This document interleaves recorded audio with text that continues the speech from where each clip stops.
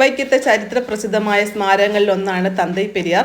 ഇന്നലെ ഞങ്ങൾക്ക് യാദൃശ്ചികമായിട്ട് ഇവിടെ ഒന്ന് സന്ദർശിക്കാനുള്ള ഒരു ഭാഗ്യം ഞങ്ങൾക്ക് ഉണ്ടായി. ഒരു പ്രത്യേക ഒരു ഫീലിംഗ് ആണ് നമുക്ക് ഇതിൻ്റെ അകത്തേക്ക് ഒന്ന് കയറുമ്പോൾ. എന്തോ ഒരു പ്രത്യേകത, ഒരു സ്പെഷ്യാലിറ്റി ഇവിടെയുണ്ട്.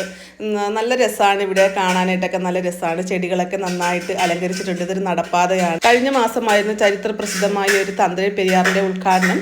തമിഴ്നാട് മുഖ്യമന്ത്രിയും അതുപോലെ തന്നെ നമ്മുടെ കേരള മുഖ്യമന്ത്രിയും കൂടി ചേർന്നാണ് ഇത് ഉദ്ഘാടനം ചെയ്തത്.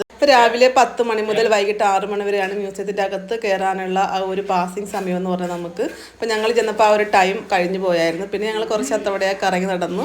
പിന്നെ ഞങ്ങൾ ഒരു ഹോട്ടലിൽ വന്ന് ഭക്ഷണമൊക്കെ കഴിക്കാനായിട്ട് വന്നു. അപ്പോൾ പൊറോട്ടയും ഒരു ചില്ലി ഗോപിയൊക്കെ കഴിച്ചു. ശ്രീകുട്ടന് വൈക്കത്തെ ഏറ്റവും ഇഷ്ടപ്പെട്ട ഒരു കടയാണ് ഇത്, വൈക്കത്തുള്ള വേമ്പനാട് ഹോട്ടൽ എന്ന് പറയുന്നത്. ശ്രീകുട്ടി ഇവിടുന്ന് ഭക്ഷണം കഴിക്കാൻ ഭയങ്കര ഇഷ്ടമാണ്.